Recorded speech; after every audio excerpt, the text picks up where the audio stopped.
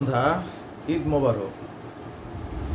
ধর্ম যার যার, উৎসব সবার, এই কথাটা আপনারা প্রায় শুনে থাকেন এবং প্রায়ই আপনারা দেখে থাকেন যে এই কথাটা ইদানিং প্রবল বিরোধিতার সম্মুখীন। এই ধর্ম যার যার, উৎসব সবার, এই কথাটার প্রচলন হয়েছে মূলত গত শতকের ৮০-র দশকে এবং গত শতকের ৯০-এর দশক এবং বর্তমান শতকের ০০-এর দশকে এই কথাটার ব্যাপক প্রচলন আমাদের দেশে দেখা গেছে। কিন্তু ইদানিং বিশেষ করে গত ৫-৬ বছর ধরে এবং বর্তমান বছরে এই কথাটা প্রবল বিরোধিতার সম্মুখীন এবং কিছু মানুষের এইটার প্রতি প্রবল অ্যালার্জি। এখন বিষয়টা কি? ধর্ম যার যার, উৎসব সবার, এটা আসলে কি? এটা খায় না মাথায় দেয়? এটা নিয়ে কি করে? এটার মানে কি? এটা বলতে কি বোঝায়? একটা উদাহরণ দিয়ে বলা যায়। আপনারা সবাই জানেন যে আজকে ঈদুল ফিতর বা ঈদ। তো আজকের এই ঈদ উপলক্ষে আমার বাল্যবন্ধু, স্কুল জীবনের ঘনিষ্ঠ বন্ধু, খুবই ঘনিষ্ঠ বন্ধু হাসান তারেক। তো হাসান তারেক আমাকে সপরিবারে ঈদের নিমন্ত্রণ দিয়েছিল বা দাওয়াত দিয়েছিল।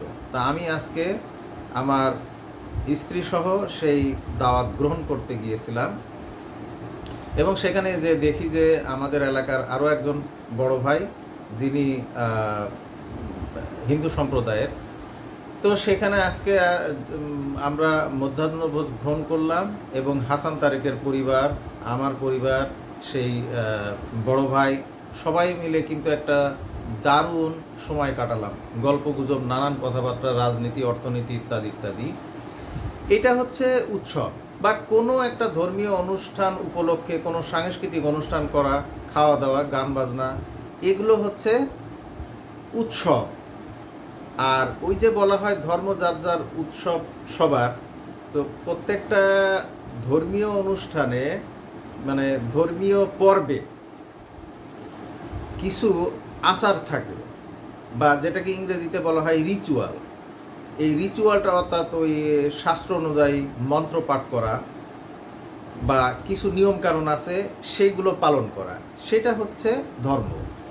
আর উৎসব যেটা, উৎসবের বিষয়ে কোনো কিন্তু কখনো ধর্মীয় শাস্ত্রে বলা থাকে না যে উৎসবটা এরকম হতে হবে।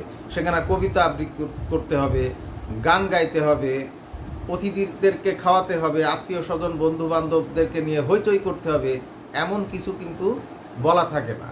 উৎসবটা আসলে সংস্কৃতির অঙ্গ। বাঙালি সংস্কৃতির একটা বড় বিষয় হচ্ছে উৎসব। এটা শত শত বছর ধরে মানুষ উৎসব পালন করে আসছে। ধর্মীয় উৎসবের বাইরেও আরও নানান রকমের উৎসব আমরা করে থাকি। তো উৎসব বিষয়টা এরকম। ধরুন সরস্বতী পূজা, তো সরস্বতী পূজার মন্ত্র পাঠ করে কিন্তু দেবীকে আরাধনা করতে হয়।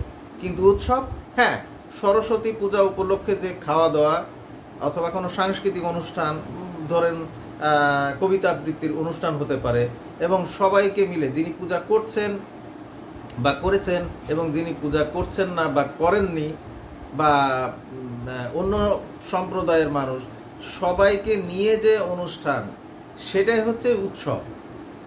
তো এইটা হচ্ছে মানে এই কারণেই বলা হয় যে ধর্ম যার যার, উৎসব সবার। এবং যদি আমরা এই উৎসবগুলো একত্রে পালন করি তাহলে পরস্পরের মধ্যে সুসম্পর্ক তৈরি হয়, পরস্পরের প্রতি দায়িত্ব বাড়ে এবং সমাজের মধ্যে এক ধরনের হারমোনি থাকে, হারমোনিয়াস রিলেশন সবার মধ্যে বিরাজ করে এবং এটা সমাজকে এগিয়ে নিয়ে যায়।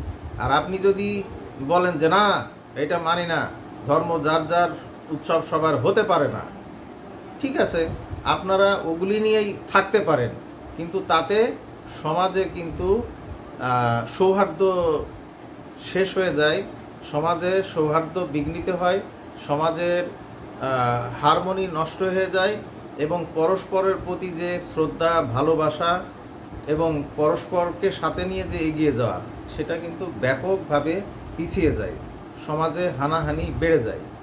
এবং এই যে ধর্ম যার যার, উৎসব সবার, এই কথার যে আমরা বিরোধিতা দেখি পাশাপাশি কিন্তু সমাজে বিশৃঙ্খলা, হানাহানি, অনৈতিক কাজকর্ম এগুলোরও কিন্তু আমরা বৃদ্ধি দেখতে পাচ্ছি। তাই আমি আশা করব যে এই পরিস্থিতি থেকে আমরা ধীরে ধীরে বেরিয়ে আসতে পারব, আমরা যেন সবাই একসাথে বিভিন্ন উৎসব পালন করতে পারি। এই আশা ব্যক্ত করে শেষ করছি। সবাই ভালো থাকবেন, সুস্থ থাকবেন। ধন্যবাদ।